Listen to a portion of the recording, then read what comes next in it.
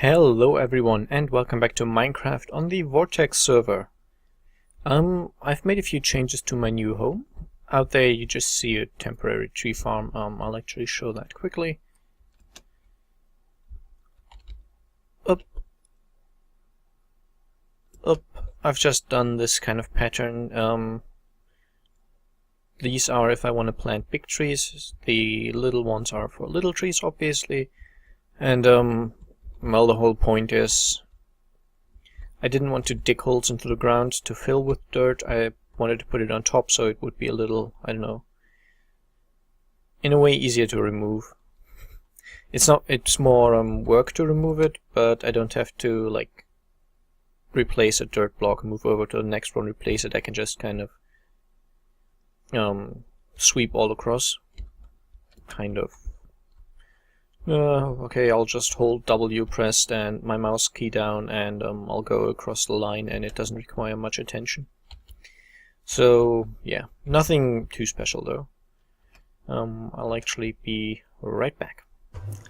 Much better. I forgot to put the sound on again. I'm currently growing jungle trees just because I can. There's no real reason.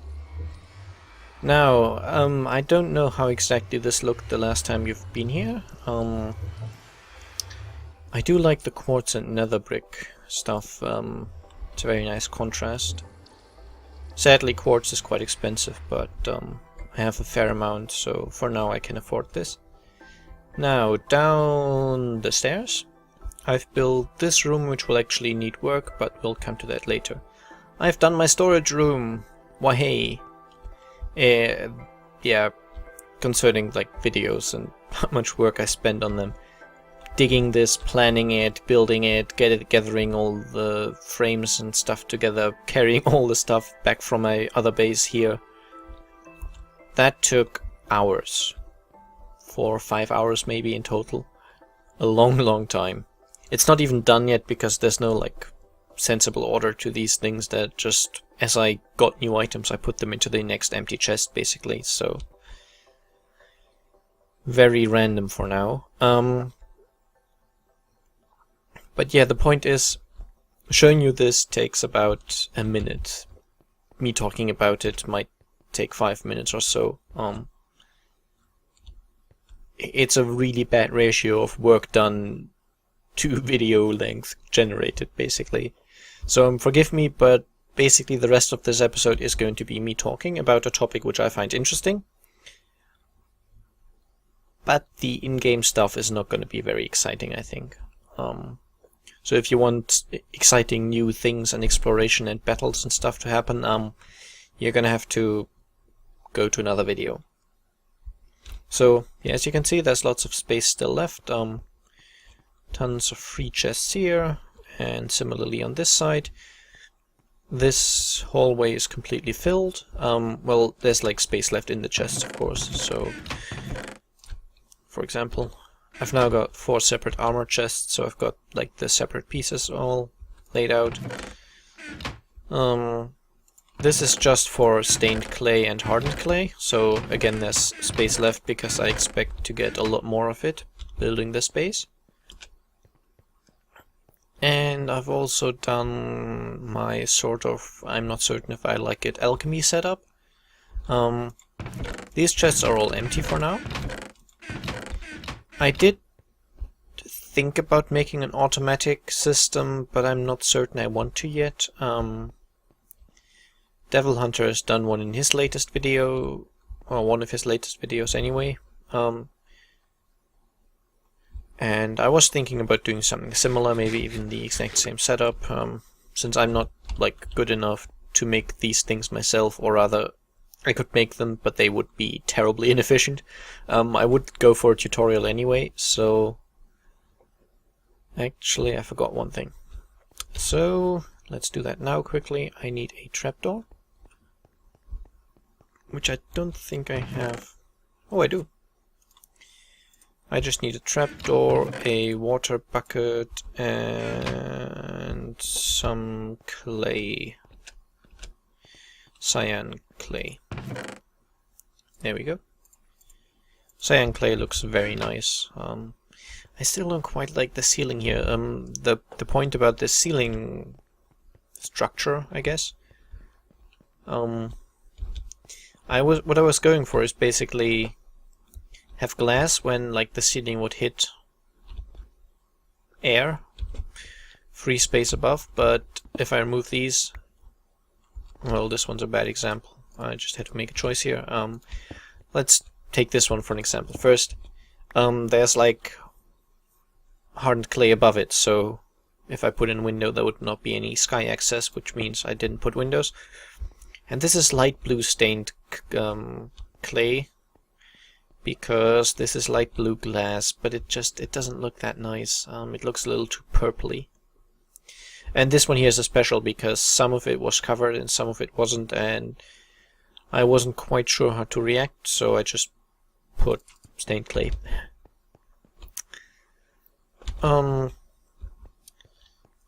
yeah, it works out nicely here. We've got this one thing which has sky access, and then because I don't want the ceiling too high, but it goes down into the room, I have to make a step at some point, so I just made it here, and the next two, because there's blocks above, are as you can see now. And yes, I wanted to do something.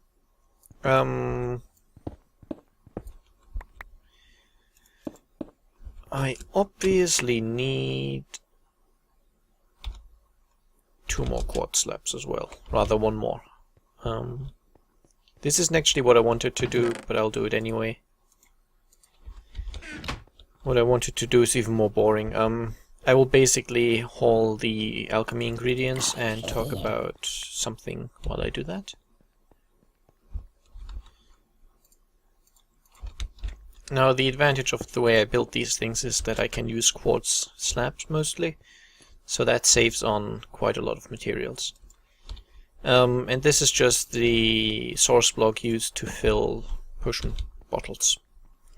And bottles I obviously have a sufficient supply of. Now I should empty my inventory before I get going, actually. I don't really have a place to put arrows yet, so they just go in here. Same for zombie flesh, which I won't keep in the end.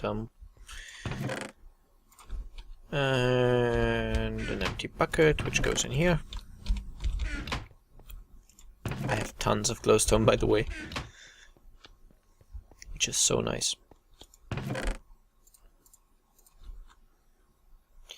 And this is normal hardened clay, which has to go in here.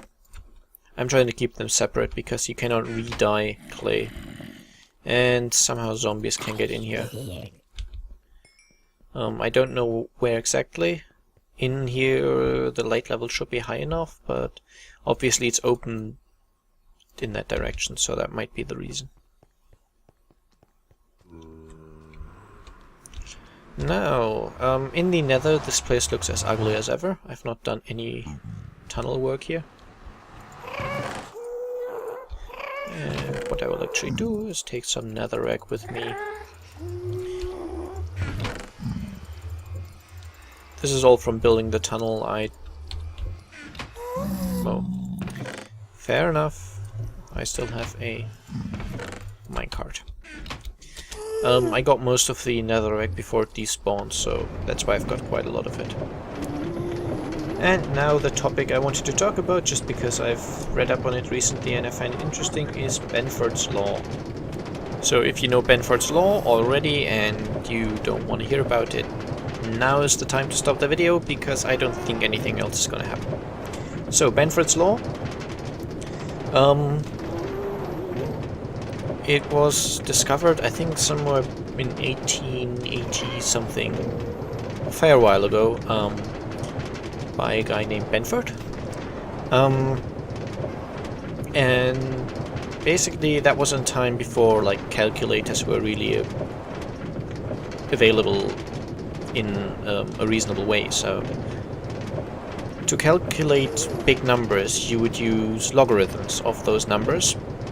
I don't want to get into too much detail, but basically the logarithm of a number is a lot smaller than the number, and it allows you to handle things easier. So instead of multiplying two massive numbers, you take the logarithm of those numbers and add them together, and the result then is used to calculate the result of the multiplication and that's a lot easier, basically. So that was done a lot in those days, because now they didn't have like the TI 90 something special edition thing where they could punch in 1,000,000 times something and get the result. They didn't, so they used logarithm tables, which were long tables. Oh dear, I forgot about that. Please go away. No.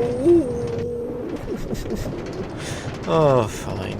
I forgot to half slap that one bit. Can't be helped.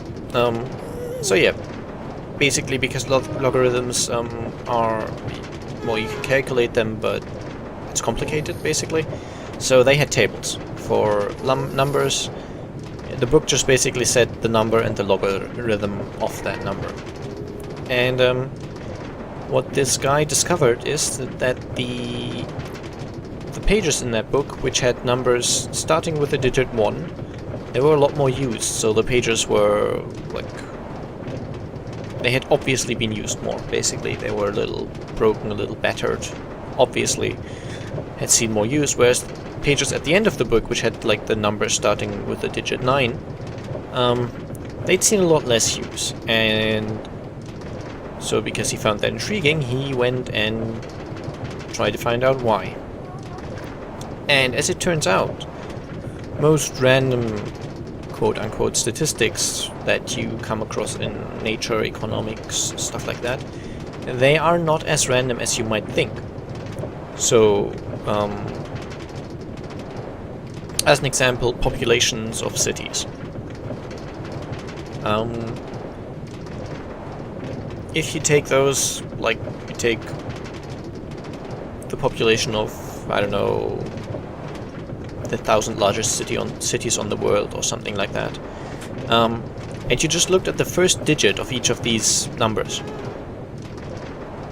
you should expect like all the digits to be evenly distributed. So roughly 1 out of 9 should be a 1, and 1 out of 9 should be a 2, and so on. As it turned out, that's not the case. Not at all. In fact, when you've got statistics like that, the number 1 appears roughly 30% of the time as the first digit. It's a lot more common. And the number 9 is down at about 5%, slightly less than 5%. So, I don't want to explain how exactly to prove that. What the heck? Someone broke my tunnel. I hate that. But you can kind of, in some cases, it makes sense in a way. For example, if you would look at like addresses, street numbers.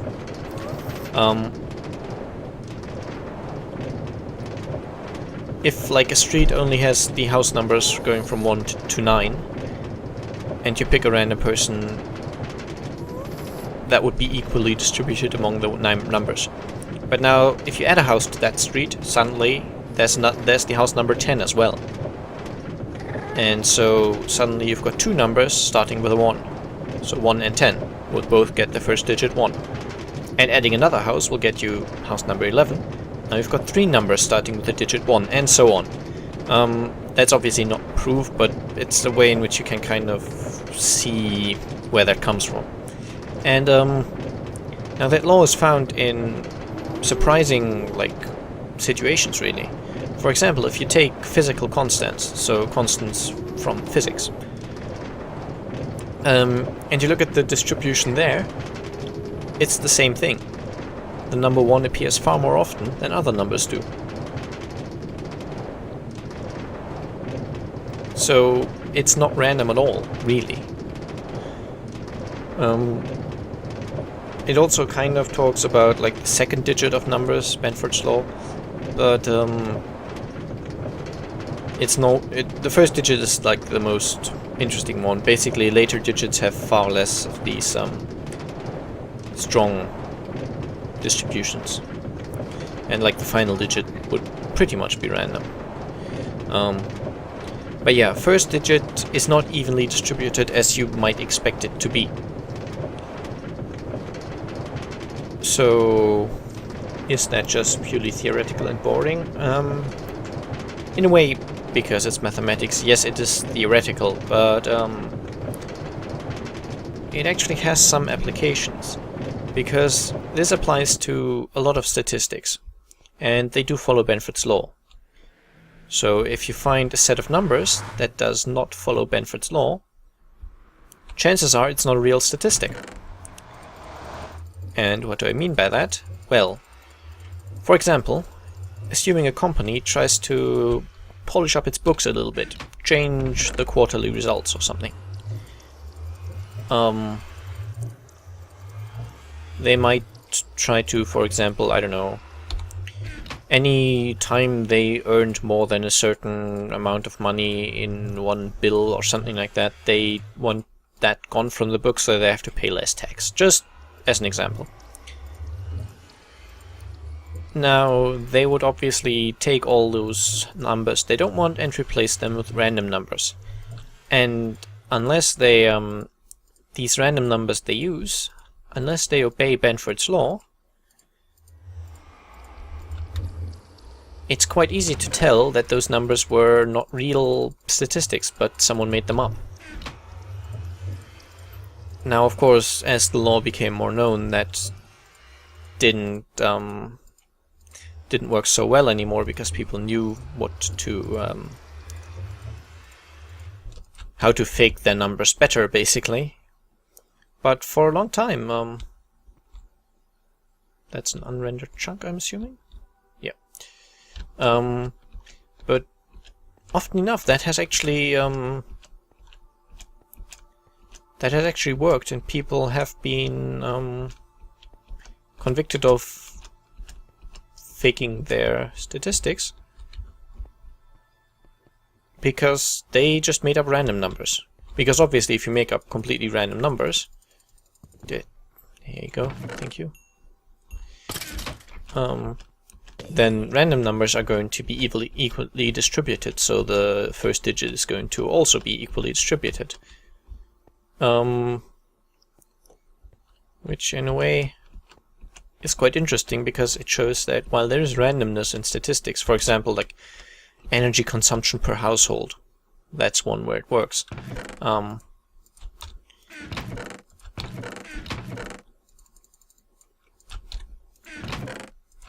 That is kind of random, but not that random. Now, it doesn't really work with any kind of statistic. It depends somewhat on what restraints you put upon them, basically. The actual mathematical way of looking at it is a set of numbers is said to follow Benfords Law if that certain distribution is in place in that set of numbers, and then you then go on to say that, for example, energy consumption is a set of numbers which does follow Benfords Law. There's some points where this doesn't really work.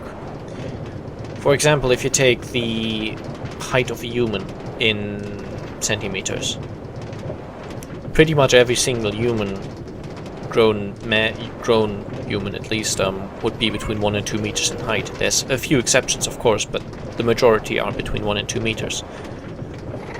So you would expect the first digit to be 1 in 99.999% of the cases, so that set of numbers does not really follow Benfords Law. And similarly, for example, I think it was Norway or Finland, one of the Scandinavian countries, where the districts which they separate the country into, in a way it's not really relevant, but basically they choose these districts so that the population has a certain size. So instead of going by like surface area or I don't know, where the rivers are flowing and geographical stuff, they just say, okay, this district has about 300,000 people in it, we're just going to say that's one district, and then we're going to start the next one.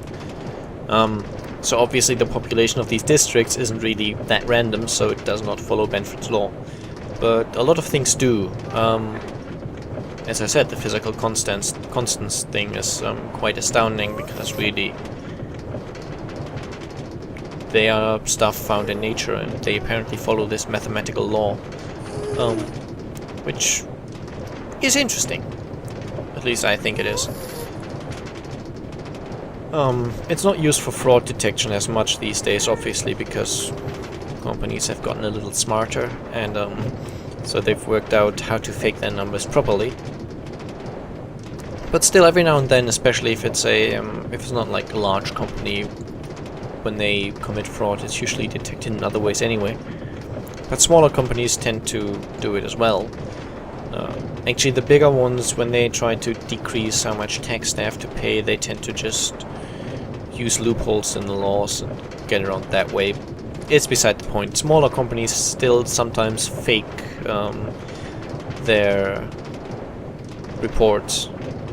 And I'm getting really, really bad frame rates at the moment, but that's actually the nether, I think. Like, it's always laggy when I take this road. I don't even know why, because it's loading up new area too quickly or something. It does not happen in the other tunnels somehow, at least not as much. So I don't know, maybe it's light updates. I really don't know. So I only managed one trip in this time, which is quite bad actually.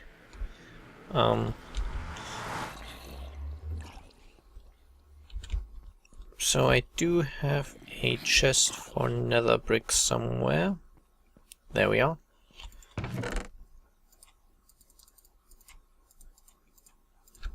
Now what I need is 13 item frames. I should have enough of those left. Yep. Yeah, there's now 13 potion ingredients, which is a really terrible number. Well, 13 is not that bad, but it's prime, so it doesn't help. Did I not pick up 13? Or did I make this room too long? Did I? That's weird. I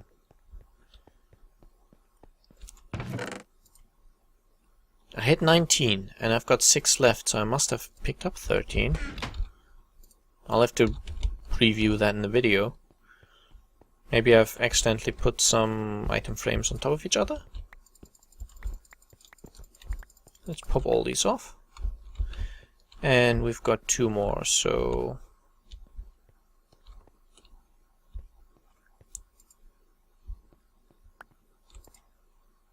And that was actually 3 of them on top of each other. Okay. So I did not miscount, I placed them too quickly. And now I should have 2 left. Yes. So, I'm not doing too well on some of these potion ingredients, but that's because I tend to just make them when I need them. Magma creams. I do have a fair bit because of the work I've done in the nether from time to time. Fermented spider eyes, I just made a stack and that's how much is left. And normal spider eyes, of course, since I have the spider farm, I have no shortage of these. I actually threw away a fair amount.